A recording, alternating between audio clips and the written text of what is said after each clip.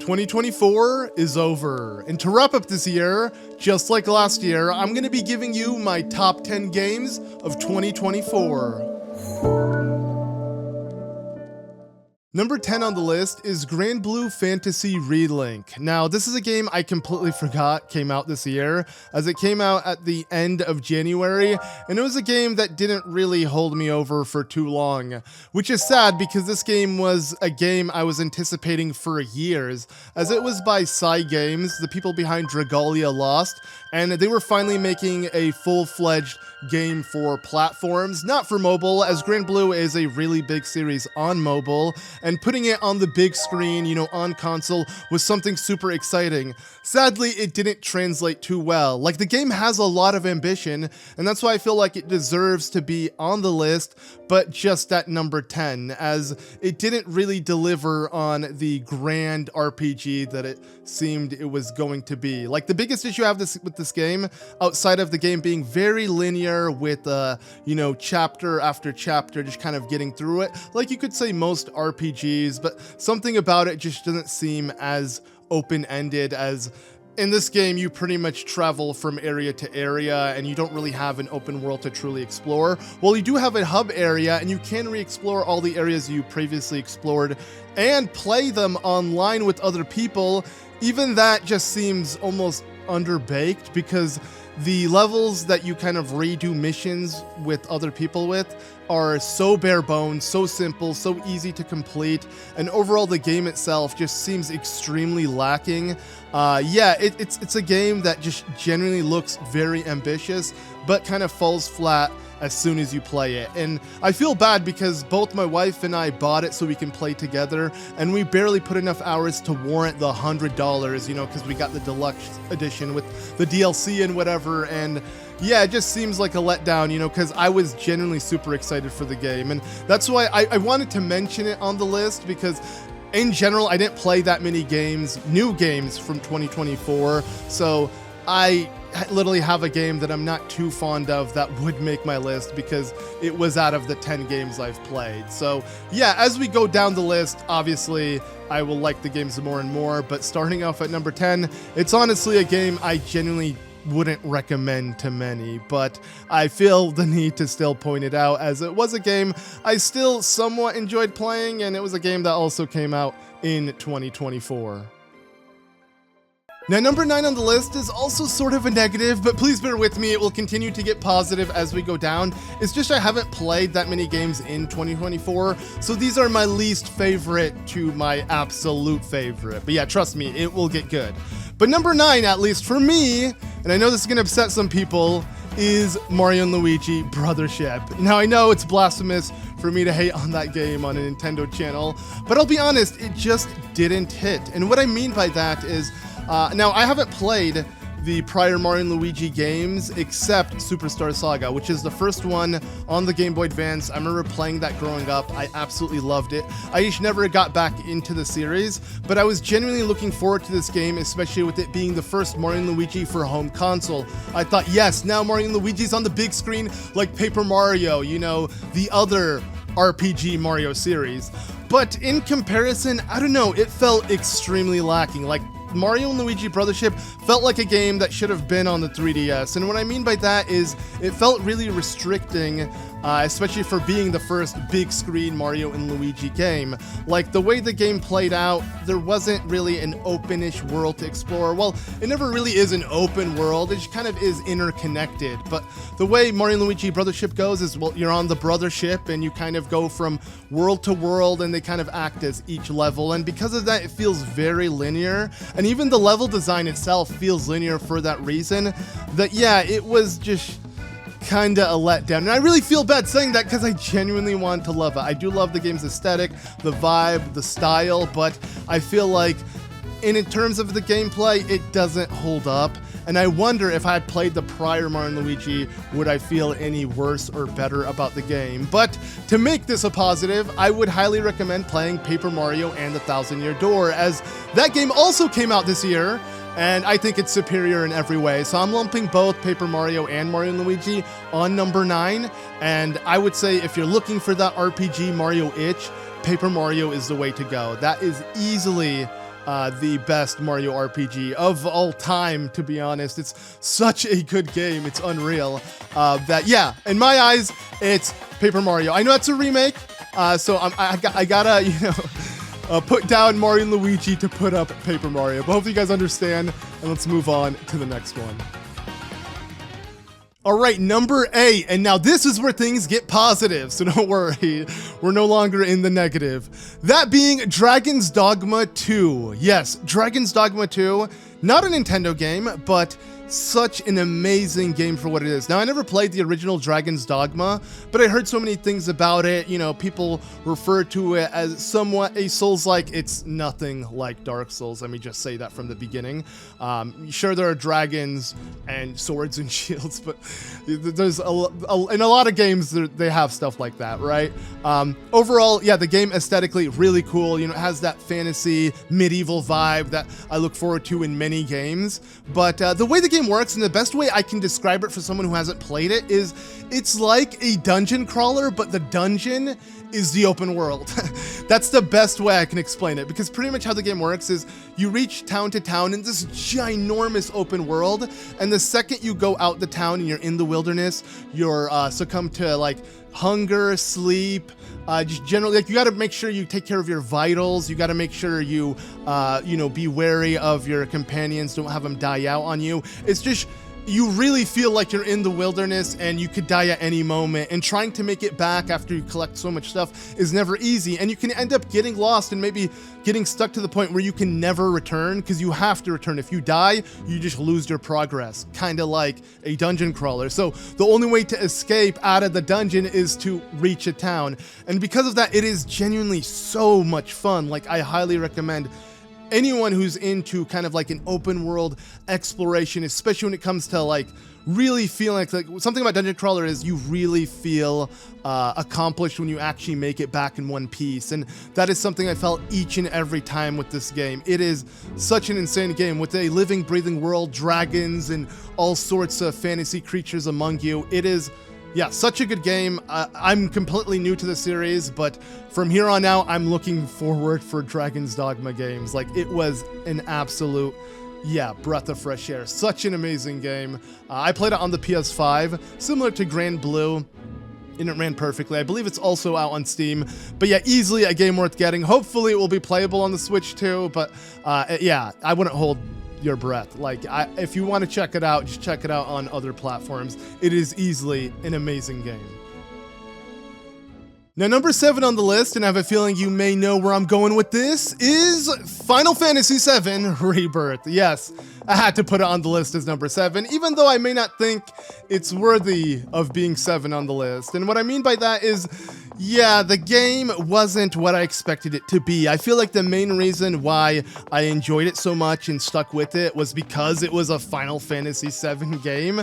And me being a huge Final Fantasy fan, let alone a Final Fantasy VII fan, I had to stick with it. I need to see what the trilogy ends up becoming. I need to play through it and kind of see how they're evolving Final Fantasy VII in this retelling, because it truly is a retelling that isn't consistent with the original. There's a lot of similarities, but there also is just a whole pivot elsewhere. And yeah, one thing I generally really enjoyed about the game is the trippiness. Like, I definitely was on the edge of my seat for a lot of it, but the biggest issue about that game is how many times it also, like, took me off the edge of the seat and had me centered again, if that makes any sense. What I mean by that is, while the game does kind of get you excited at certain moments and kind of leave you at a cliffhanger, there's also so much downtime. Like, for the situation the heroes are in Final Fantasy VII, they vacation way too much. They literally do not care. It is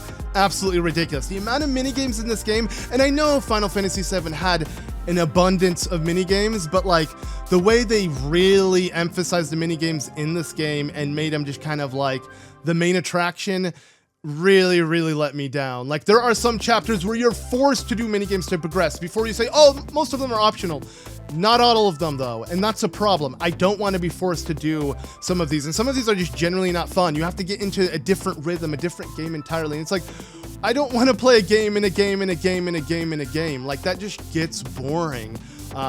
And yeah, I just remember at some point I just had to put the game down and like take a break, and it was just getting ridiculous. And it's such a shame to say that because, again, there's so much potential for Final Fantasy Rebirth, and let alone what the final game will be. And I personally thought Remake was all right. It did a good job. Yeah, we only got to play in Midgard. I mean, literally, we were left with the biggest cliffhanger right before they leave. And finally, we got to explore that in 2. And when we explored it, it was extremely fun. You know, finding the chocobos, getting the specific chocobo for each region, and being able to, you know, make it through its terrain and everything. But again, at some points, the game just locks you in and holds you down, and just it drops the ball so many times for that reason. But I still think if you're a Final Fantasy fan, I mean, if you got the Final Fantasy brain rot, you're gonna want to play it still. It still is gonna be fun to some degree, but yeah, it wasn't Game of the Year worthy whatsoever. I at least didn't see it that way, so that's why it doesn't deserve to be anything but 7, because the 6 nominees that, you know, originally are for the Game Awards, yeah, would have been at number 6. So that's why we're putting it at number 7. It was just one behind of my list. But now let's move on to my 6 nominees of Game of the Year. All right, number 6 on the list is Stellar Blade. And now this one might come off as a shock to some of you guys, and some of you guys might not even know what this game is. I feel like the most attention this game got was similar to Nier Automata way back in the day, as, you know, people were surprised by 2B's B, and it's kind of the same thing with Stellar Blade, where like the main controversy about this game is the character and her model and everything, like the main character. And for me, I don't really care about that controversy. It doesn't bug me, whatever. I just look at a game, if it's good or bad, I'm gonna play it. Nier Automata is a great example of it just being a good game, and who cares if, you know, there's something too revealing or whatever. So yeah, obviously that didn't bother me. If anything, you can look at it as sort of a plus, but not the reason why I played the game. In general, I was looking forward to this game, as I have heard about, I believe, Shift Up, the studio, and like them making their first AAA game sounded super exciting. So definitely had to check it out, and I was genuinely pleasant surprised. Like, the music for Stellar Blade is so good, and it pretty much, the game, okay, for those who haven't played it, the best way I can describe it is it's almost like a Souls-like, but feels more akin to God of War, or you can even compare it to Wukong. I haven't played Wukong, but Wukong is more like God of War with that Souls-like vibe, as in you're gonna die a bunch, but each time you're going to learn from your mistake. And why I compare it more to God of War than Souls is because you're not really dodging like precisely and like kind of cheesing your way and attacking and doing stuff like that. It's more so like it's a rhythm based thing where you just got to avoid the enemy's combo, and then you quickly do your combo, and then quick avoid the combo. And while some Souls game, you could say that's also what the combat's like, it just feels different. That's the best way I can describe it. Like, it feels a lot more clunkier, if that makes sense, but it was genuinely super fun. Like, I enjoyed the game from the beginning to the end. It even had, funny enough, I mentioned 2B and Nier because, like, yeah, the game developers clearly were inspired by 2B and Nier Automata, because even they had a collab, Yoko Taro approved of Stellar Blade and made a Nier collab, which I absolutely enjoyed, actually, because it pretty much had you collecting the tiers to obtain 2B's outfit, but through these kind of like memory type pictures, and you had to find the location. It reminded me of finding memories throughout Breath of the Wild, which was so cool. And then on top of it, with the game kind of being more of like a hack and slash based combat game, it just generally was super fun. I don't know, it just kind of surprised me. Like, I didn't think this game would captivate me so much and I would genuinely enjoy it. And if anything, I thought I'd be hindered and kind of taken away by all the, you know, sexual concepts the game has and what it's trying to push forward, but it didn't bother me. You know, if anything, it didn't seem that forced. Like, even I'd say Xenoblade 2 has it way more in your face than this game. So I feel like this game is honestly fine. Like, you can look past it. I know it's gonna have scrutiny for what it is, but I feel like who cares? You know, for me, I'm someone who won't really get bothered by that, you know. Boobies in games, I don't care. Like, why does that bother me? But yeah, overall, I think it's a really good game. Also played it on PS5. Many games I played this year on PS5. Sadly, not too many new Switch releases that are were really captivating this year, but we'll get to it. So yeah, number 6, at least what I would have nominated that wasn't nominated, would have been Stellar Blade. I would have replaced that with Final Fantasy VII. At least that's my opinion, because I genuinely enjoyed that game way more. Again, for its gameplay, it's not all about the story every time. Sometimes the gameplay in a game is what matters.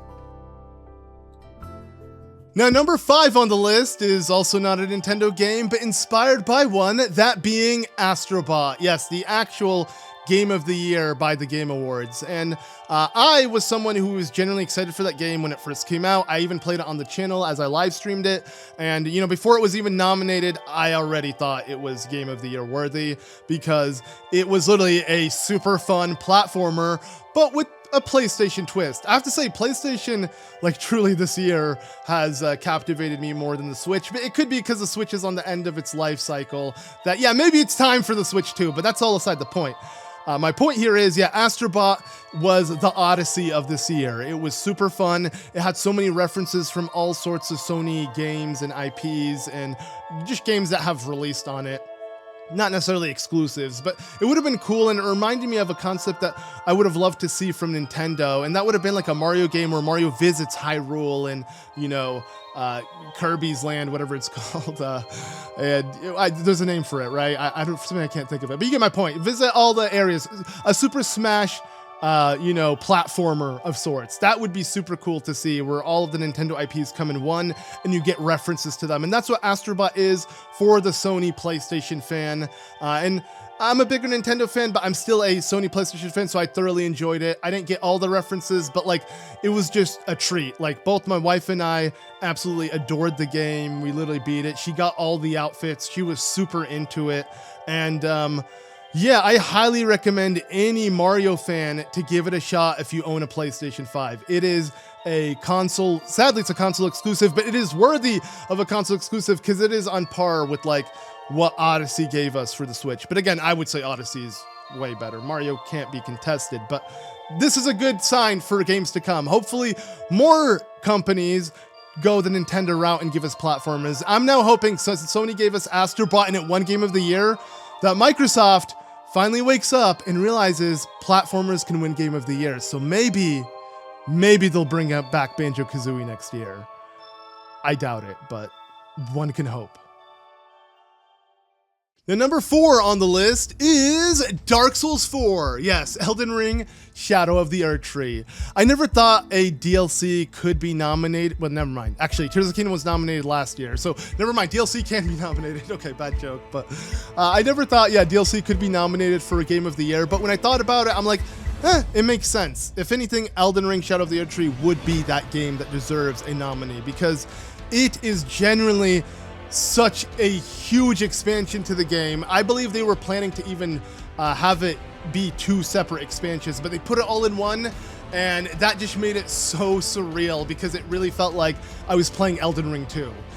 Such an amazing experience. Yeah, maybe Elden Ring 2 probably would have been a bit bigger of an experience, but still, with the amount of new content Elden Ring Shadow of the Erdtree gave us, it was insane. I mean, the highest my heart rate was sitting down was playing that game. Like, I had like 120 or something beats per minute or something after I beat one of the bosses, because literally that game puts you on the edge of your seat and you're like just clenched trying to survive. It is unreal. It is such a like reward for Souls players to like beat a boss, and I don't know, that dopamine you get each and every time. Somehow FromSoft manages to like outdo themselves. Every time you think a boss couldn't get more and more ridiculous, no, they still get harder and harder. It is insane, because like literally you reach the end of Elden Ring's base game and you're like, they can't make bosses harder than this, and then you enter this DLC and you're like, oh, never mind. So yeah, Elden Ring Shadow of the Erdtree was such a delight, such an amazing game. Luckily, there are a few games that topped it from my list, which is really good, because I genuinely thought Elden Ring was going to win Game of the Year. Was pleasantly surprised when Astro Bot took the crown, but I think Elden Ring is still better than Astro Bot, at least in my opinion. But yeah, let's now move on to the top 3. So number 3, what may pass Elden Ring on this list? Well, believe it or not, and this may become a surprise, especially when I put Final Fantasy VII Rebirth at number 7, but for number 3, to continue the pun, and I genuinely do mean this actually, Dragon Quest III HD 2D Remake is my third. It is easily one of my favorite games of this year. I'm sorry, even though it is a remake, it is I mean, it is a remake, not a remaster. They remade the game from the ground up in HD 2D, and it is mind-blowingly good. Like, I absolutely loved it. The game is still hard, but I love that because I really liked how difficult the game was, the original game, and how, like, the second you stepped out, if you didn't have any teammates hired with you, like, you would just die. And the game was brutal like that. The game did not hold back any punches. And revisiting it in the HD 2D is surreal. Like, the art style is so good. It's crazy how a game this old, like older than I believe me, it still holds up so well. It's unreal. All it needed a fresh coat of paint, and that was it. It's kind of insane how good 2D pixel art games translate into modern games because of the way the games are already restricting and being turn-based. It's like easier to digest when it gets that fresh coat of paint because there are still games like that exist today that come out, right? Unlike, you know, clunky old school games that literally are janky to play and then you get a fresh coat of paint and then they don't translate well. These RPGs are just the perfect like genre for these HD 2D remakes. Kind of butchered that, but you get what I'm saying. Yeah, and Dragon Quest III is no exception. Like, it is such a good RPG. I honestly, like I said, I enjoyed it more than Final Fantasy VII Rebirth. Well, that is also sort of a remake, or more of a reimagine. Sometimes sticking to just the old school ways is the best way to go, and Dragon Quest III is the best example of that. If you are a fan of RPGs and you haven't played this game, do yourself a favor and pick it up. It is, without a question, one of the best games ever, like easily. I absolutely love Dragon Quest III, and yeah, I think honestly I had a better time playing it than even Elden Ring, which is pretty crazy to say even for myself. Now, number 2 on this list, this is more of a sentimental choice, but I genuinely did have such an amazing time playing this game. I actually played it on the channel, did a Let's Play for it, and that is Sonic X Shadow Generations, mainly Shadow Generations. Yes, Shadow Generations felt like the Super Mario 3D World, edition that they put on the Nintendo Switch, the remake of the Wii U, but with the Bowser's Inside Fury Deluxe. That's essentially what it is, because pretty much we got this old game, which is Sonic Generations, but then we got this additional DLC type expansion to make this repurchase worth it, and it was worth it just for that expansion. Because Shadow Generations literally feels like Bowser's Fury, with how you have this hub world and you kind of just explore and collect things. It is exactly like it. Like, it looks so much alike, it is insane. And the vibes I got were very similar. Like, I would say Bowser's Fury was one of my favorite games of the year it came out in, even if it was a small part of a full version of a game. And Shadow Generations did the same thing. I enjoyed every second of it. It pretty much retold Shadow's story in a much better way. It kind of fixed all of the cringiness it had prior and made Shadow just kind of come around one last time, do the Maria nonsense. We always hear him Maria, and when he dies, this and that, but we finally got a true backstory to all of it, and he finally moved on, so where we can hopefully assume next time we see Shadow, when you die, you just don't hear Maria as he like faints and dies. Like, hopefully he finally moved on from that. So it was such a good story. I genuinely really love what Ian Flynn is doing to the Sonic series. I don't know why he gets ragged on so much, but like what he did with Sonic Frontiers and now Shadow X, or just Shadow Generations, I think it's really good. It's making Sonic deep, but like not getting too complicated or convoluted. It's just kind of sticking to it. You can tell he's a fan and trying to please fans, and I genuinely do get that. And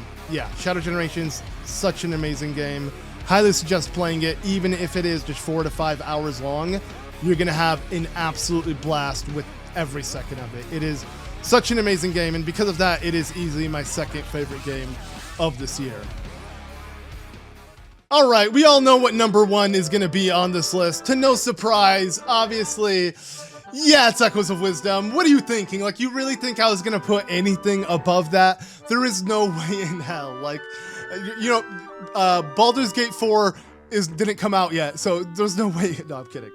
Still, Tears of the Kingdom was better than Baldur's Gate, even though Baldur's Gate was a close second last year. Tears of the Kingdom is easily the best game of last year, and to no surprise, Echoes of Wisdom was the best game of this year. I may be a bit biased, sure, I'll take it, but like, I genuinely enjoyed it the most. I had so much fun throughout my Let's Play, my live stream, just playing it off screen, enjoying it. It was such a surreal experience. A fresh, top-down Zelda game with a new agenda where you can kind of do what you want, but you play as Zelda. Like, it's kind of like, it just feels like the next evolution of Zelda. Zelda has already taken that step with Breath of the Wild and Tears of the Kingdom, but now we're getting it in the top-down Zelda games. And I enjoyed it so much, like, genuinely. People keep asking me, should I pick up this game? Yes, like, play it. You want to play it yourself. You won't have as much fun watching someone else play it. This game is a game that you need to experience for yourself and solve the puzzles yourself, because you will see how enjoyable it can be from your own perspective, and it will never be the same watching someone else play it, because you can solve things so many different ways, do things your way, and it's such a delight. Like, I don't know. I love Echoes of Wisdom to death. It is, I would say it's like my second favorite top-down Zelda game. Sadly, nothing can beat A Link Between Worlds. That will always be the GOAT. It does top-down Zelda's formula, both traditionally and kind of this new age style in this blend that is so well. But like, Echoes of Wisdom doubles down on this new age style Zelda where literally no items are given to you. You just have one thing that can solve everything. And yeah, you find echoes as you go on, which pretty much are your items in a sense. But like, for the most part, you can do things the way you want to. You can find things the way you want to. And things aren't limited to one way of solving things, of course. So it has that like Tears of the Kingdom like style, but again, in this restricted top-down cutesy diorama style. If every top-down Zelda game follows this art style and look, I'll be happy. Of course, I wouldn't mind if they kind of change it up a bit, but like, this direction is very, very exciting, and for me at least, I would love for more spin-offs like this. Like, if we have to wait another 5 years for the next Tears of the Kingdom, then just give us this in the meanwhile. This will keep us busy. They don't have to be that big. I mean, clearly this game, like, we knew about it for like, what, 4 or 5 months before it was released, and now, like, within another month or two, we would have played the game for more than we knew about it before it came out, if that makes any sense. So, like, the lifespan of this game is not even a year's long right now of us knowing of the game's existence, let alone playing it. And because of that, it's like, clearly this game was something Nintendo was able to make real easily. And it's like, if this is something that they can do, kind of, you know, creative miniature Zelda projects, then I really hope this continues to be a thing. I hope it's not just a one-off. Yeah, easily play this game if you haven't. Hopefully, just by picking it up, it will motivate Nintendo to realize that there is potential in these kind of lesser budget Zelda games, and we continue to get more. Because yeah, Echoes of Wisdom, I feel like it was just such a beautiful, short and sweet package. It was so nice, especially coming from Tears of the Kingdom, having been burnt out on such a massive game that took forever to beat, and then coming to this cute little game that was contained and really took me a few days to beat was just so nice. The transition was really good, and it kind of made me want to come back to Tears of the Kingdom after having that game, because, you know, I was finally able to move on from my burnout from Tears of the Kingdom. So it was kind of that palate cleanser that I needed, and I feel like, yeah, Zelda needs more of those. But yeah, that about does it for this list. I apologize if it was long-winded. You know, I just wanted to treat it like an OTR, just one take, talk about how I feel about each game, see what you guys think, as I've generally been enjoying these sort of videos, you know, just kind of ranting and, you know, rambling and saying whatever.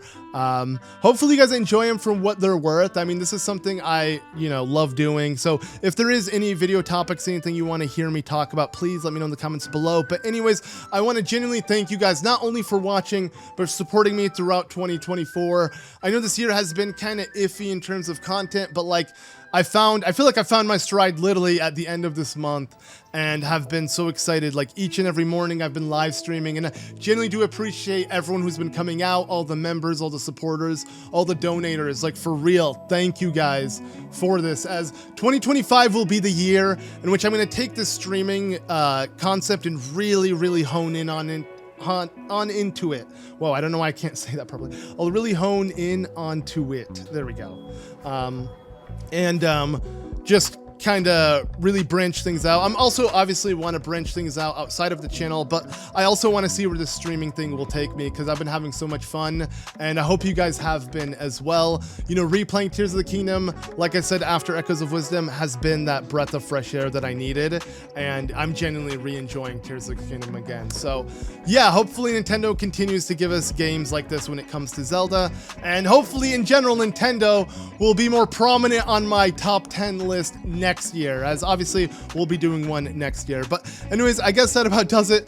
I apologize if I'm sweating for some reason. I guess just wearing this. I want to wear this again because I wore it last year, but it's getting pretty hot. So I'm going to end off the video here. Thank you all so much for watching, and I guess I'll see you all next year with tons more content. So I hope you guys are excited for that. Anyways, I've been ZM, and yeah, I'll see you all next year. Bye.